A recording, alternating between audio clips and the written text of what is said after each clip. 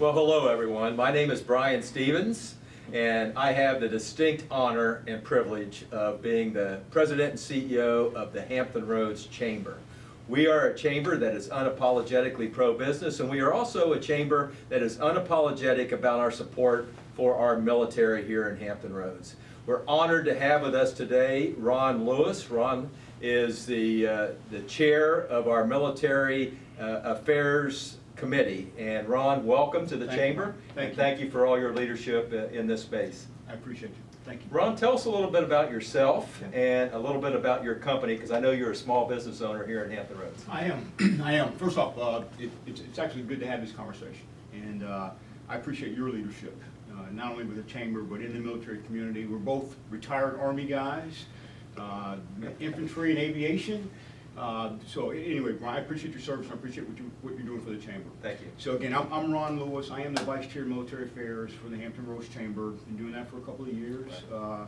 I'm a retired Army general officer. Did 30 years on active duty from, wow, 1987 to 2017. And then when I retired in 2017, I ended up getting a place down in the Outer Banks and needed to get a place up here to kind of cut the distance to DC and to be closer to the airport. So that's why you all are now stuck with me. I got a place here in Virginia Beach. But when I retired, I created a company called LTC2 Consulting, which is all about leadership, team transformation, business culture change. So we've got a network of veterans that work with businesses from large to small, developing leaders, developing leadership teams, strategic planning, crisis management, all that kind of stuff that we were pretty good at when we were in the military. It's surprisingly, that works in business, right? Because the most important thing about a successful business is leadership, the leader, setting the conditions. So that's what the company does. Again, we work from startups all the way to the largest companies in the region, and been pretty fortunate and happy to be parked here. Yeah, I grew up in Chicago. Yeah, that's right. I'll be heading there this weekend to see my dad. Hadn't seen him in a long time because of the pandemic, and he's 86, and look forward to.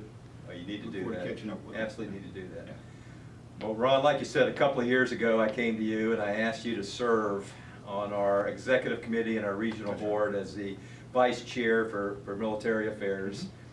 You graciously accepted that, Sure. And at that time I asked you to put some energy into it so that we could really support our military in a big way. Yeah. So you head that committee now. Can you tell us a little bit about the committee and what it does? Sure. The HRMAC, the Hampton Roads Military Advisory Committee. We created that, Brian, you know that.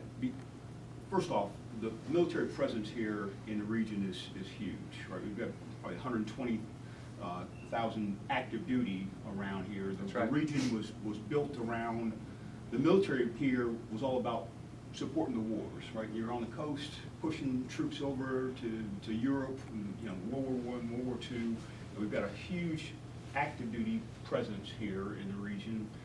Langley Air Force Base, Naval Station Norfolk, largest Navy station in the world.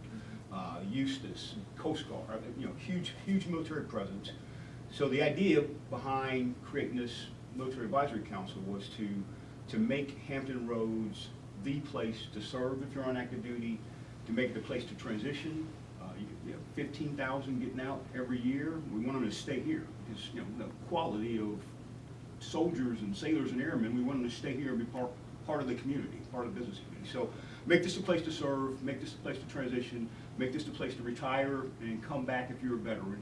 And the idea behind what we put together was you want to be here because we've got a committee that takes care of the issues that are important to that cohort. Veterans, families, that kind of thing. I've been happy with what we've been able to work on so far. Some of those issues include military spouse employment. I know we'll talk about that here in a second. Some of the issues are child care availability that we've tackled. Some of them are mental health. Some of them are employment, while you're on a break from school. So I'm pretty happy with the group we've been able to put together, which is active duty commanders, business, legislation, schools, people that are in the transition business. I think we average probably about 60 players that come together quarterly and look at the issues, update each other, and then cross-reference there's an issue that you can work on, USO, or there's an issue you can work on, ECPI. Yeah. Or is there a business that could sponsor this or do a public-private working with, with Admiral Chip Rock? So right. I've been pretty happy with what we've been able to take Very care of so impressive. far. Yeah, very impressive committee. One of the, I almost call it a tagline that you came up with, and I use it all the time now, is that we want to make Hampton Roads the assignment of choice for all active duty military. That's right. And the location of choice for all transitioning military, retirees, and veterans. I think that encompasses everything that we're trying to do with the HRMAC. I agree. Ron, you work in this space a lot, and you're very familiar with it. What do you see as some of the biggest challenges of our active duty military, veterans, and spouses that are residents here of Hampton Roads? Sure. I think, I think the family unit is so critical to the military. I mean, you know that, Brian. I mean, in my 30 years, we moved 17 times. Right. 17 times over the 30 years. So a spouse trying to get meaningful employment when they're packing up and moving in sometimes a year. Yeah. My son RJ did 4 high schools. Right. I would never have wished that on him. It just lined up that way. We were ending here, we're doing 1 year here, 4 high schools. So I think the biggest issues are this transitory nature of the military. I think our businesses have gotten a lot better. I think as a community, we've gotten a lot better about thinking and understanding how difficult it is for people to have to pick up roots and move all the time. But employees, are you going to hire that spouse when you know that he or she may be getting orders to move out quickly? Are you going to invest in that spouse and bring them in when you know they may get snapped up? So I think that's an issue for our active duty. I think that's an issue for our spouses, for our veterans, are having meaningful employment, your license being able to be transferred, and you just moved from Rhode Island to here, and does this state accept it? Does this Commonwealth accept it? So I think employment is a huge issue. Meaningful employment and the ability to be transferred and stay inside of a company. I think that our community has a tough issue with mental health. Yeah. The numbers are there. You see the suicide rates. You see the stressors. When you and I are in, we're in the middle of 2 wars. I have 4 combat tours. That's tough. Coming back and knowing that, boy, I made it. I survived. I still have everything, but right around the corner, and everybody handles it different. Let's talk about that if we could real quick, because just recently, at least within the last year, we stood up a subcommittee of the HRMAC. That's right. That subcommittee addresses the mental health issues of our military and our veterans, as well as substance abuse. Tell us a little bit about that subcommittee and what we're trying to do in that space. I think one of the things that we bring together, Brian, by having this group and getting together quarterly is there are so many just desperate different entities out there, and people don't even know that they exist. So one function of this mental health subcommittee is just to find out what is available in the region.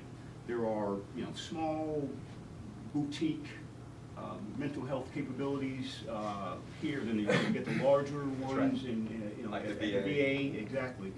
So task 1 was to kind of pull together a menu of what do we have available here, and how do we cross-reference, and who's who and where, and if you are someone struggling and you don't know, let's at least make sure that we have got a place where you can find the phone number, you can get some help, you can find where to go. So we've pulled this committee together to kind of cross-reference all the capabilities here. We have a lot of them. We found out we have some gaps, and particularly in-house, long-term treatment. We have a gap here. You and I are working on trying to close that, but capabilities, cross-reference, and find out where gaps are, because this is a huge issue for our community. Yeah. You and I recently reached out to an organization in San Antonio, Texas, called Warrior Heart. Warrior Heart. Yep. and we're exploring the possibility of them expanding into the region. We've got a lot of support from the state on that effort. Could you update us a little bit on where we are with that? Yeah. First off, that is a tremendous capability just outside of San Antonio. It's old ranch, tons of space, and they take care of not only active duty or retired military, but they take care of first responders also. That's right. Which is I think is a great part to do as well, to handle our first responders and the stress that they deal with. But in home, long-term treatment facility, handling addictions, handling the mental issues, lots of counseling, lots of peer working together, fishing and outdoors activities. I'm really happy with what they created in San Antonio. And if we can bring something like that here, they've got a 60 bed capability right now in the San Antonio area. They're trying to expand up to about 100 or so. And just weeks of people together and counseling and one-on-ones and that kind of thing. If we could bring something like that here to Hampton Roads, That'd be huge. I think that goes to one of those gaps that we have, and we need something on the East Coast anyway. We're sending people from Florida and Fort Drum and that kind of thing out to Texas. We need something here on the East Coast, and I really hope that when we get Angel and the founders to come here for kind of a reconnaissance and walk through, that they find something here that catches their eye. I think it's very promising. We started this conversation, Ron, by talking about making Hampton Roads the location of choice for our military and our veterans and our military family members. Right. What can the business community do to help support that effort? I think that, number one, businesses being open to hiring military spouses, That's right. hiring veterans. First, if I can't get a job, I'm not staying here. Right? I mean, we want to retain all this great talent. We created that military spouse economic empowerment zone here, which is under the U.S. Chamber and Hiring Our Heroes, focused on training, educating, hiring, and then advocating for our military spouses. So the business community can join that effort, be part of the Hire 100,000 military spouses. The business community should be part of V3, Virginia Values Veterans. Right. And get that certification and make sure that they are focused on bringing in and retaining that talent.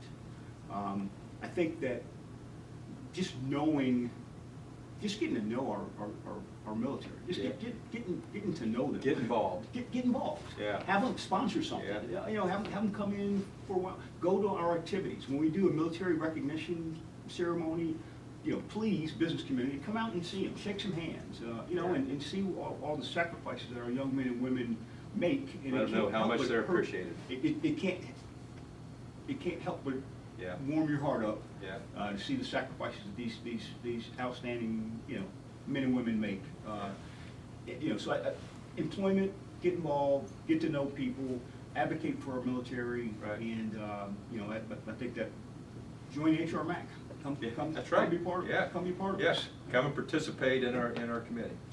Well, Ron, I want to thank you for your leadership. You have really energized this committee, and we're moving the needle. We're doing what we said that we were going to do to make Hampton Roads the location of choice, and it's due in a large part to your tremendous leadership. Thank you, so once again, thank you. Thank you. I appreciate that. Thank you. Ladies and gentlemen, that concludes this edition of Chamber Chat. Thank you very much. We'll be back with you in a couple of weeks with the next one. Thank you.